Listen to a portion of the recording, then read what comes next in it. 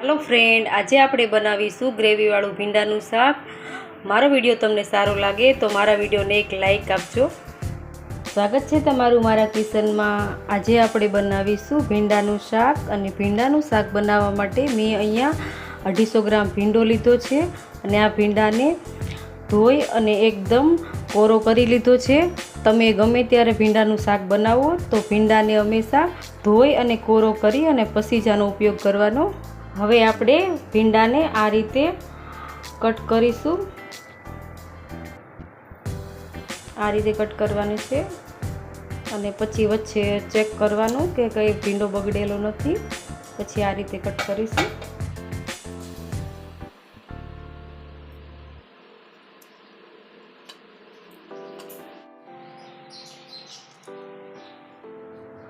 હવે આપણો બધો ભીંડો તૈયાર છે તો હવે આને તળી લેશું।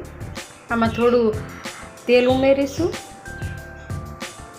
તેલ આપણું ગરમ થાય પછી આપણે ભીંડો ઉમેરીશું આમાં અને ભીંડાને તળવાનો છે। હવે આપણે આમાં ભીંડો ઉમેરી દઈશું થોડો થોડો કરીને। તેલ આપણું ગરમ થઈ ગયું છે।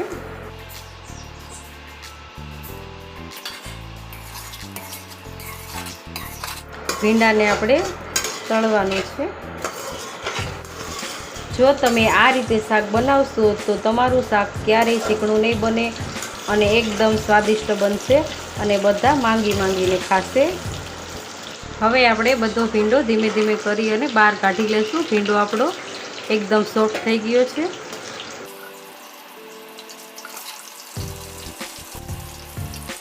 મેથીના દાણા ઉમેરીશું અને અડધી ચમચી જીરું નાખશું। મેથીના દાણા અને જીરું થોડુંક ફૂટે પછી એમાં આપણે હિંગ એડ કરીશું। અડધી ચમચી હિંગ નાખશું। રાઈ નાખશું અડધી ચમચી। નાખશું ધાણા જીરું પાવડર। લસણ નાખશું, લસણની પેસ્ટ છે તે નાખીશું। હવે આને હલાવશું। હવે આમાં આપણે ડુંગળીની ગ્રેવી કરી લીધી છે તે નાખશું। હવે આપણે ટામેટાની ગ્રેવી કરી લીધી છે તે નાખશું। હવે આપણે અડધી ચમચી હળદર ઉમેરીશું। લાલ મરચું નાખીશું 1 ચમચી। નમક નાખશું અડધી ચમચી। આને હલાવશું ધીમે ધીમે।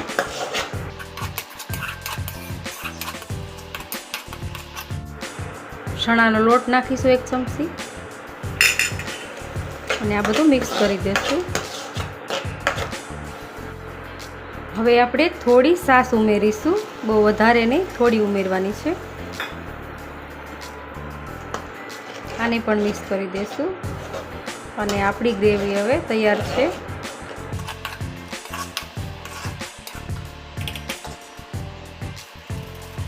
આપણી ગ્રેવી એકદમ બની ગઈ છે તો હવે આપણે આમાં ભીંડો ઉમેરીશું।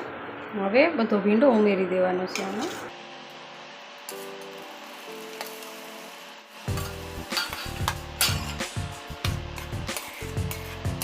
બે મિનિટ માટે સડવા દેશું। હવે આપણું ભીંડાનું ગ્રેવી વાળું શાક બની ગયું છે તો તમે જોઈ શકો છો કેટલું સરસ બન્યું છે। તો આજનું આપણું ભીંડાનું શાક તૈયાર છે અને તમે મને કમેન્ટમાં જણાવજો કે તમને મારી આજની રેસીપી કેવી લાગી। જો મારો વિડીયો સારો લાગ્યો હોય તો મારા વિડીયોને લાઈક, શેર અને સબસ્ક્રાઈબ કરજો। ફરી મળીશું આપણે એક નવી જ રેસીપી સાથે। ત્યાં સુધી બાય બાય।